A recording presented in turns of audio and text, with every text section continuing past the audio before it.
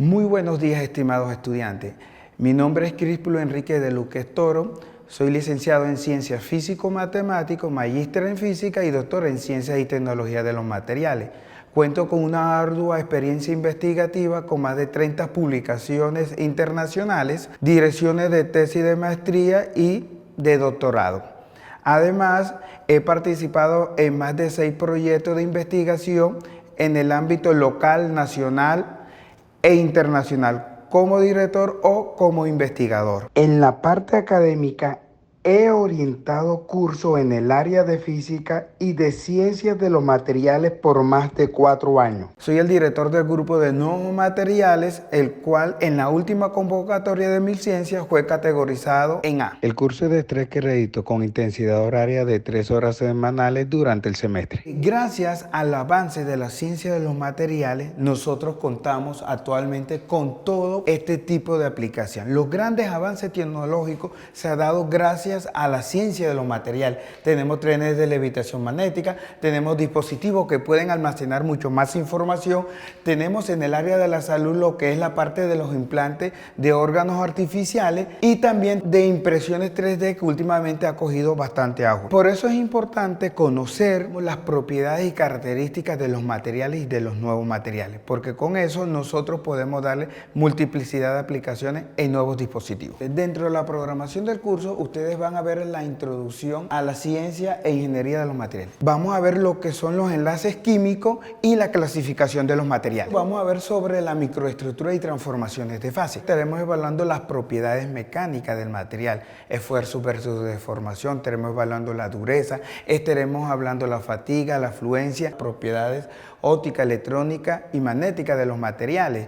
Por ejemplo, las propiedades dieléctricas, magnéticas, microestructura y materiales ferroeléctricos. Y por último, van a trabajar sobre un proyecto de investigación donde ustedes tienen que elegir y seleccionar el material más adecuado para su prototipado. El estudiante debe ser capaz de relacionar las propiedades mecánicas, físicas, químicas de los materiales con su estructura atómica, microestructura, los mecanismos de endurecimiento y sus aplicaciones en ingeniería. Deben también saber interpretar los diagramas de fase de los procesos de solidificación con el fin de determinar las composiciones y cantidades de fase presentes en una condición termodinámica específica. Y por último, mis estimados estudiantes, ustedes deben ser capaces de caracterizar las propiedades de los materiales en ingeniería a partir de las realizaciones de las prácticas de laboratorio y el desarrollo del proyecto de aula aplicado a los conceptos propios de este campo de conocimiento. Las evidencias y estrategias pedagógicas que vamos a utilizar para poder adquirir estos resultados de aprendizaje serían talleres, exposiciones, proyecto de investigación, un examen y laboratorio. Acá les muestro la rúbrica donde ustedes, de acuerdo a su desempeño, se irán ubicando en esta tabla de valoración. Y sumado a esto, muchachos, ustedes van a utilizar los recursos educativos y herramientas TIC de la institución y con lo que cuento yo, que son software, laboratorios virtuales, laboratorios presenciales, las plataformas y las bibliotecas de la institución, además del VideoBeam, tablet o Polycom. Estas serían las referencias bibliográficas que nosotros estaríamos utilizando, donde estos 3 serían los más fundamentales que estaríamos cursando en la asignatura. Una vez explicado el microdiseño, la rúbrica y las reglas de juego de la asignatura de Ciencia de los Materiales, vamos a continuar con la temática de sistemas cristalinos y redes de Bravais. ¿Listo? Los sistemas cristalinos en los cuales puede cristalizar un material son 7: cúbica, tetragonal, ortorrómbica, hexagonal, trigonal, monoclínica y triclínica, donde A, B y C son parámetros de red, alfa, beta y gamma son los ángulos que forman entre dichos parámetros de red. Las redes de Bravais son las 14 que ustedes están observando acá. La de color azul son estructuras primitivas que solamente tienen átomos menos vértices. Las de color rojo son estructuras centradas en el cuerpo, las verdes centradas centradas en todas sus caras, la de color amarillo son centradas en 2 de sus caras. Ahora, si nosotros deseamos saber cuántos átomos tiene cada una de estas estructuras, nosotros lo que hacemos es que trabajamos con lo que se conoce como átomo equivalente, donde me dice que el átomo que esté en los vértices va a estar aportando un octavo, como se puede visualizar acá. Ese un octavo es la fracción del átomo que está dentro de la celda, es decir, para esta que estamos mostrando acá. Entonces, un octavo multiplicado por los 8 átomos estaría dándome 1. Ahora, cuando un átomo está dentro de la celda, como estamos observando acá, podemos darnos cuenta de que ese átomo estaría aportando 1. Es decir, siempre que ustedes tengan un átomo dentro de la celda, le estaría aportando 1. En el caso de las estructuras que tengan átomos en las caras, ese átomo que está en la cara estaría aportando un medio, como ustedes pueden observar acá. ¿Listo? Entonces uno lo que hace es el recuento dependiendo de las estructuras y se puede dar cuenta de cuántos átomos yo tengo dentro de mi estructura. Ahora, hablemos referente al número de coordinación. ¿Qué es el número de coordinación? El número de coordinación, en pocas palabras, lo que me quiere decir cuántos primeros vecinos cercanos tiene un átomo en particular. ¿Listo? Entonces, tenemos el caso de la estructura cúbica centrada en el cuerpo. Esta estructura tiene 8 átomos como primeros vecinos. Si yo tomo, digamos, este átomo como referencia, o si yo tomo cualquiera de estos átomos, me voy a dar cuenta que él tiene 8 primeros vecinos. Eso nosotros lo podemos hacer, digamos, mediante operaciones matemáticas. Por ejemplo, acá nosotros tenemos nuestra estructura. Si yo tomo como referencia este átomo, la distancia que hay de aquí hasta acá sería A por raíz de 2. Eso nosotros lo podemos obtener mediante Pitágoras. ¿Listo? La distancia de este átomo a este átomo, que sería paralelo a esta distancia, sería A. Y la distancia que hay de aquí hasta acá, aplicando Pitágoras, es decir, si yo llego a sacar este triángulo de este lado, ahí está toda la información que le acabé de mencionar. Este átomo se encuentra en el centro. Entonces, como se encuentra en el centro, esta distancia sería A por raíz de 3 sobre 2. Si hacemos unas cuentas así rápidas, raíz de 3 sobre 2 sería aproximadamente 0,86. Es decir, va a ser menor que esta distancia y mucho menor que esta distancia que está acá de acá, que es A por raíz de 2. Raíz de 2 es 1.4142. Si a ustedes se les complica mucho eso, nosotros podemos utilizar el software Vesta. A mí me permite poder calcular la distancia de mis primeros vecinos. Por ejemplo, si yo tomo como referencia este átomo que está acá y lo hago con respecto a este átomo, fíjense que acá abajo él me está dando dicha distancia que está obteniendo de esta expresión hasta acá.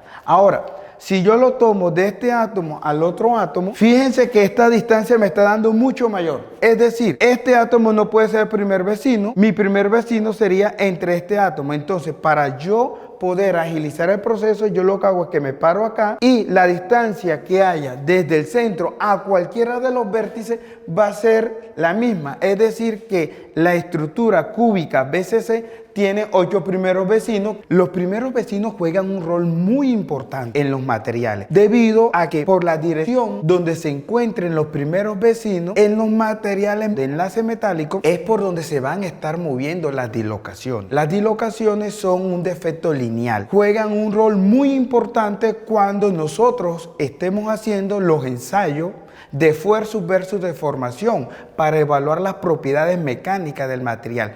Justo en el límite elástico donde un material tiene la decisión de romperse o seguirse deformando plásticamente, en esa región plástica es donde comienzan a moverse las dislocaciones. ¿Y por dónde se van a mover las dislocaciones? Las dislocaciones, dependiendo de la estructura, se van a mover por las direcciones de sus primeros vecinos. Y a eso se le llama direcciones de deslizamiento. Ahora, el factor de empaquetamiento es la fracción de espacios ocupados por un átomo en una celda. Por ejemplo, en la estructura cúbica simple, en la cúbica centrada en las caras, en la cúbica centrada en el cuerpo.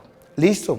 Ahora nosotros para eso vamos a partir del hecho de que nuestros átomos son esferas sólidas. Entre más compacta sea una estructura, mayor direcciones y planos de deslizamiento va a tener nuestro material cuando nosotros lo sometamos a un esfuerzo versus deformación. A veces nosotros nos preguntamos por qué el aluminio es más dúctil que el hierro. Pues sencillo, el aluminio cristaliza en una estructura FCC, mientras tanto que el hierro cristaliza en una estructura BCC. Entonces, lo primero que nosotros debemos definir es nuestra ecuación por la cual se rige el factor de empaquetamiento. El factor de empaquetamiento lo que nos dice es la cantidad de átomos que tenga mi celda, el volumen de átomos por el volumen de la celda unida. Retomemos la ecuación del factor de empaquetamiento. La ecuación del factor de empaquetamiento me dice que yo tengo que tener en cuenta la cantidad de átomos que tiene mi celda. En el caso de la cúbica simple, él tiene un solo átomo. El volumen, ya nosotros definimos que el volumen de átomos va a ser el volumen de la esfera. Entonces va a ser 4/3 de pi por r al cubo. Ahora bien, ¿de dónde sale esto? Pues sencillamente yo busco la dirección de mi primer vecino, que es por donde se va a estar moviendo las dislocaciones, y hago una relación entre el radio y la longitud esa que está ahí. Por lo cual, despejando, obtenemos que R es igual a medio, por lo cual se reemplaza ahí. Como se trata de un cubo, todos sus lados van a ser iguales, por lo cual el volumen de esta celda unidad sería A al cubo. Realizando una operación matemática simple, obtenemos que el factor de empaquetamiento es de 0,52. Recuerde que entre estas tres estructuras, la que nos dé más compacta, esa va a tener mayor ductibilidad el material que cristalice en cualquiera de esas tres estructuras. ¿Listo? Ahora procedemos a calcular de la misma forma el caso para la estructura FCC, es decir, esta que está acá.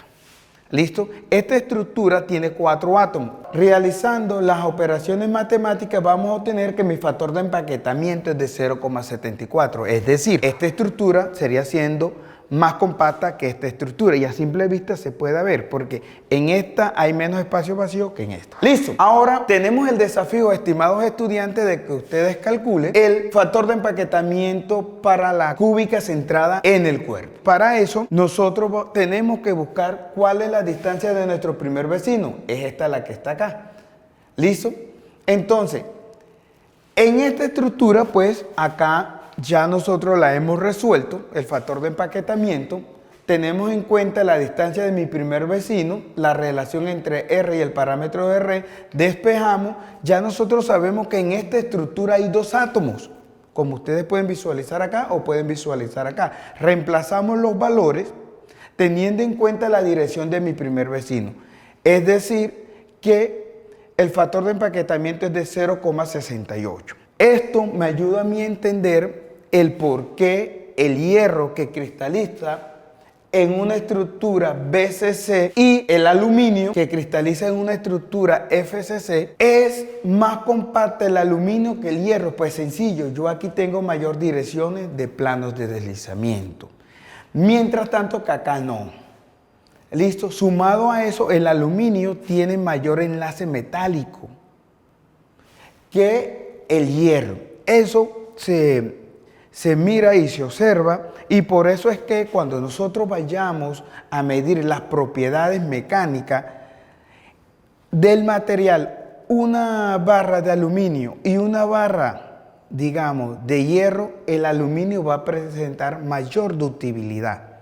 Y esa explicación es por esto, porque esta estructura presenta mayor factor de empaquetamiento, lo cual presenta mayores direcciones de deslizamiento, lo cual permite que las dislocaciones, que son un defecto, se puedan mover con mayor facilidad. Bueno, mis estimados estudiantes, espero que les haya quedado claro lo que es los sistemas cristalinos en los cuales pueden cristalizar los materiales, la distancia de los primeros vecinos, el número de coordinación, el factor de empaquetamiento. Esto es muy importante porque una vez ustedes tengan claro esto, nosotros podemos seguir avanzando en el resto de las temáticas del curso. Y para terminar, mis estimados estudiantes, me despido con este video donde un dispositivo electrónico está sometido a agua y está guardando información.